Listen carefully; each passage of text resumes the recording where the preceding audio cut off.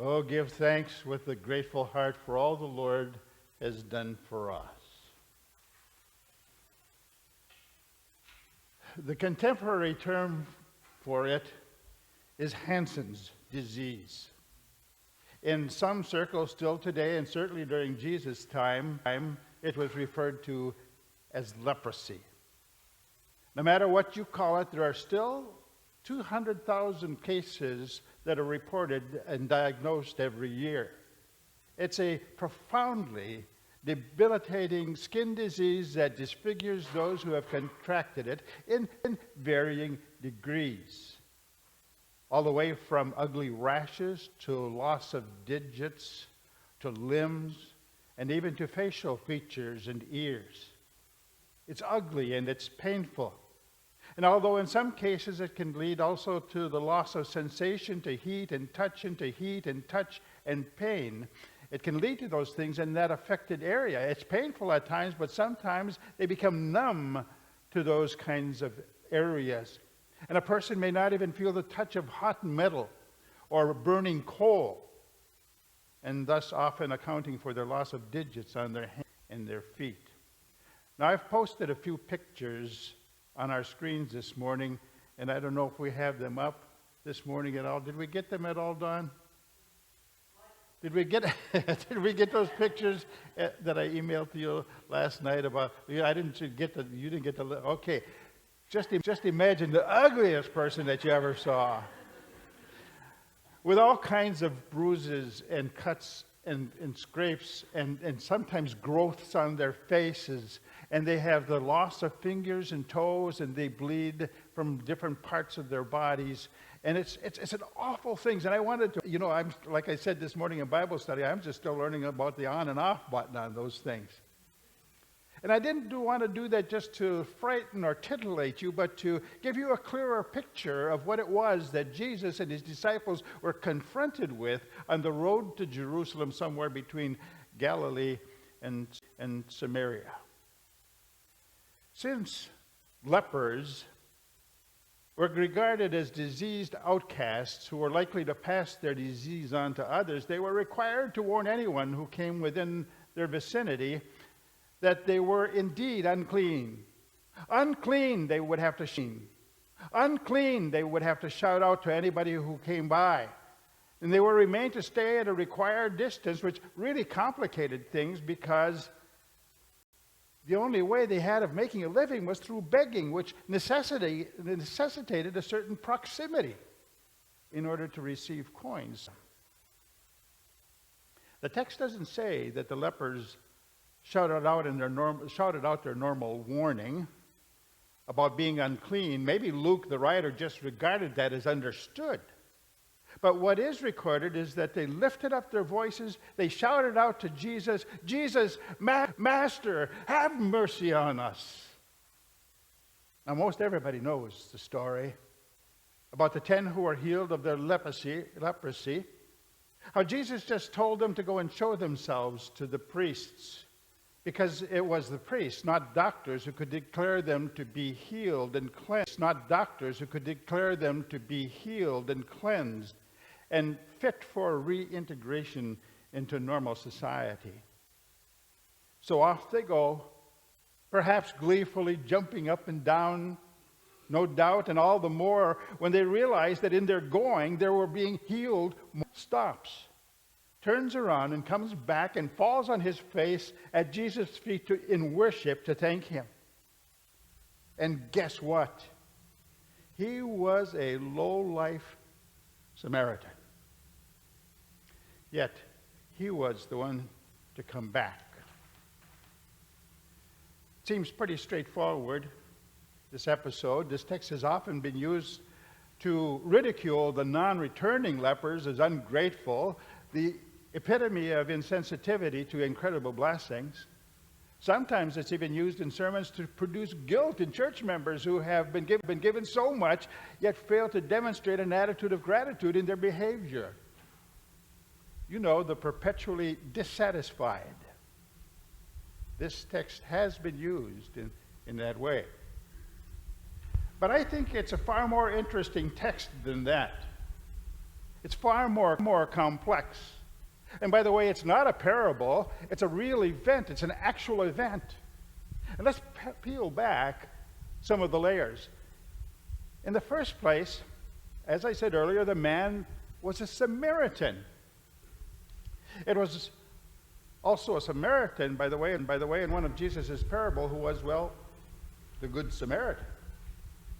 But here's the point that makes this interesting. The Samaritans and the Jews really hated each other. So what was this Samaritan leper doing with all these Jewish lepers? My best guess is that, as they say, misery loves company. Much as they hated each other, they also needed each other to survive the brutality of their existence. Now, the second element that concerned me, or that occurred to me about this Samaritan, that is that as these men were running away to report to the priests and show them their healing to them, this man was no doubt thinking, oh, wait a second here, I'm going to show myself to the Jewish priests? This was anathema to the Samaritans. The other 9, sure, but me? They wouldn't even let me darken the doorway of the temple. Where else can he go but to return to Jesus, the worker of this great miracle, and worship him? Nowhere does it say that he finally went and showed it. Rather, after he prostrated himself in worship and thanksgiving before Jesus, the Redeemer asks 3 questions, which were probably as much for his disciples as they were for this Samaritan. Were not 10 cleansed? Where are the 9? Was no one found to return and give praise to God except this foreigner? Now, as everything else that ever happened, this turned into another lesson for those disciples. And he said to the man, get up, rise, and go your way. Your faith has made you well. Now, taking a risk in my paraphrase of Jesus, he was saying, go on, get on with your life. Your faith, demonstrated by this grateful response, is what makes you well. I think that's what's key in this interesting account. But there are more layers. Is that I don't think anything here in this text suggests that those other 9 lepers had any less faith than the Samaritan. Doesn't say they didn't have any faith. Consider their situation. Ugly, deformed, filthy, and hopeless. They're standing on the side of the road, and Jesus and his entourage approach. They must have heard about him before, because they use his name when they cry out to him, Jesus, Master, have mercy on us. Now remember, they had been living this way for a long time.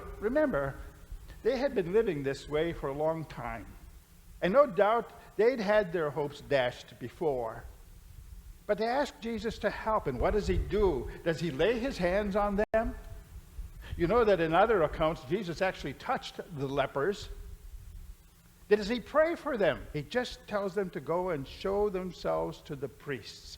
And guess what they did? They didn't ask for proof. They didn't feel any better. They didn't feel any different. They didn't look any different. They didn't even ask Jesus to pray for them. They just took off to show themselves to the priests. My friends, that takes faith. It takes enormous faith. They dare to dream the impossible dream. And they make their way toward the temple to show themselves to the priests, even before anything else has happened.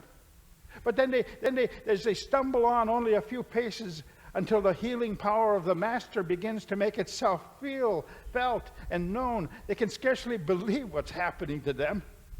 It's too good, but it's true. They feel new strength in their arms and their legs. The terrible spots and the sores on their bodies are disappearing, and soon the priests would be pronouncing them clean once again. Soon they would be able to join their families. It is true. So true, amazingly, miraculously, fantastically true, they are healed. Jesus of Nazareth, the itinerant preacher and healing, has really, really healed them. The Bible doesn't tell us what these healed men did after they were declared clean. We can only speculate, I suppose. Restarted a life of debauchery and drunkenness. Who knows? Maybe another became a devoted follower of Jesus Christ, never forgetting what Jesus had done for him and showing it by how he served others in gratitude for Jesus' kindness to him. Maybe others just to him. Maybe others just got back in the groove of living life, happy to be sure to be together again with their wives and their children, their families, but rarely, if ever, giving any thought to thanking the one who had so blessed them. Now here's where the guilt part of my sermon comes in. Not to accuse us of being ingrates, but to remind us that often we also fail to give thought to what it means to live a faith-produced life of gratitude. It is being anything more than having that happy feeling inside because God has been so good to us. That's part of it, for sure. But there's more. And it's something that makes us well, like the healed Samaritan. The first part comes directly from the text. Healed people thank the healer by worshiping him. That's a big part of why we gather every week to sing hymns, pray, praise, give thanks. Jesus has healed us, you see, from a fate far worse than separation from other human beings because of a horrible skin disease. He saved us from the eternal separation from God in perdition.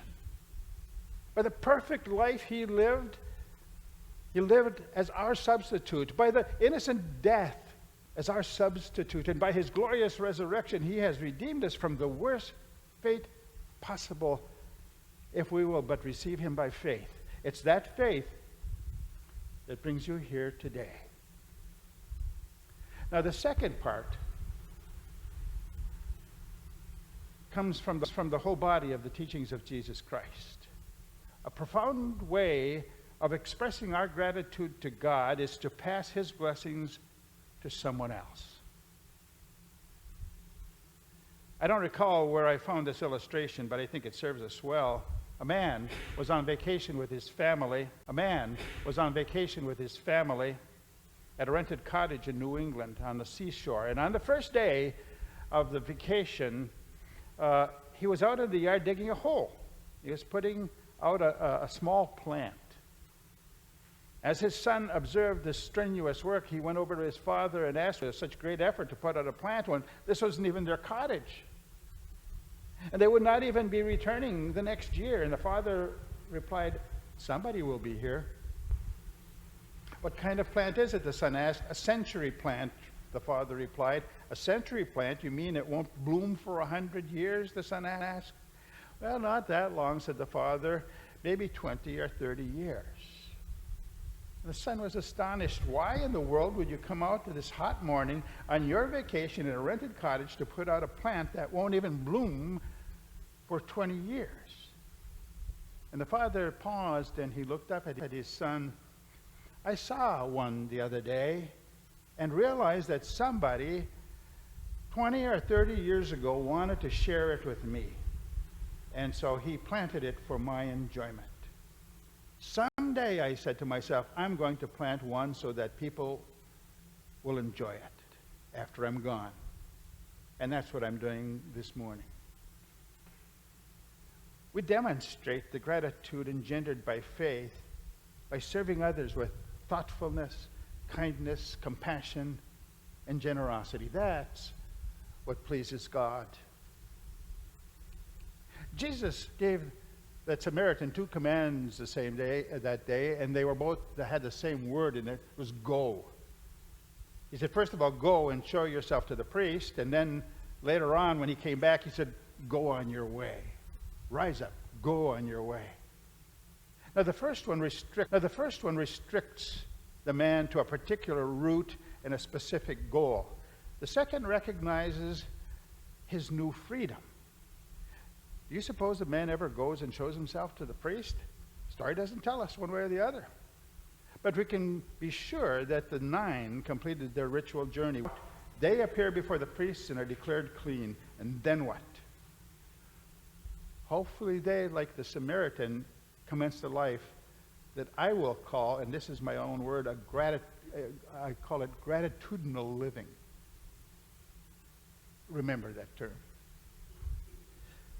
For us rule-keeping, upright, church-going Christians, this story of 10 lepers is not a simple little story, sweet little story. The question that confronts us is, does my faith go beyond just a feeling, a fuzzy kind of happiness that I'm forgiven and heading, or does it go beyond? Does it go the extra mile? Am I living, well, gratitudinally?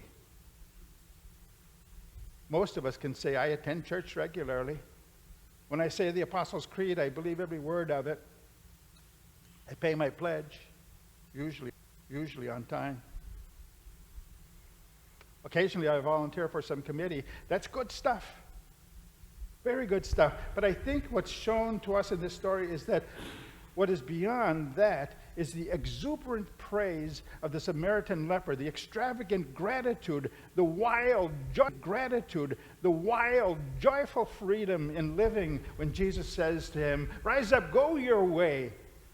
Your faith has made you well. And friends, your faith has made you well also. Be on your way. Joyful praise and thoughtfulness toward others. What are you waiting for? Follow that Samaritan. Amen. And the peace of God which passes all understanding, keep your hearts and minds in faith through Christ.